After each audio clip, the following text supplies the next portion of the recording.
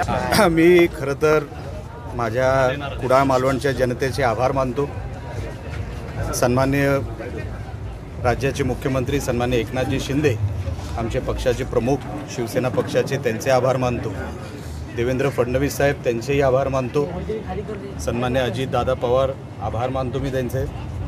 सन्माननीय रवींद्रजी चव्हाण साहेबांचे आभार मानतो। राणे साहेबांचेही आभार मानतो।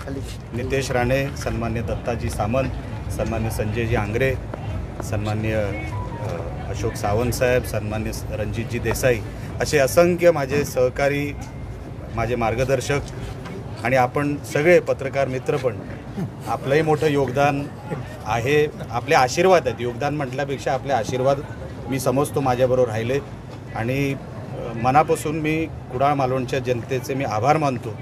मी सदैव त्यांच्या ऋणात राहीन, कारण का 10 वर्षानंतर विजय मिळाला आहे। खरी रिॲक्शन कशी द्यावी ही कळत नाही आहे। तुम्ही प्रश्न विचारला म्हणून उत्तर द्यायचा मी प्रयत्न करतो आहे, पण फार इमोशनल क्षण आहे। आम्ही अजून राणेसाहेबांना भेटलो नाही, अजून परिवाराला भेटलो नाही आहे, पण माझ्या ह्या सगळ्या माझ्या सहकाऱ्यांनी मी मनापासून रवींद्र चव्हाण साहेबांचे आभार मानतो, दत्ताजी सामंत यांचे आभार मानतो की खरी तर ही निवडणूक आमच्या सगळ्या ह्याच मंडळींनी सगळी लढवली।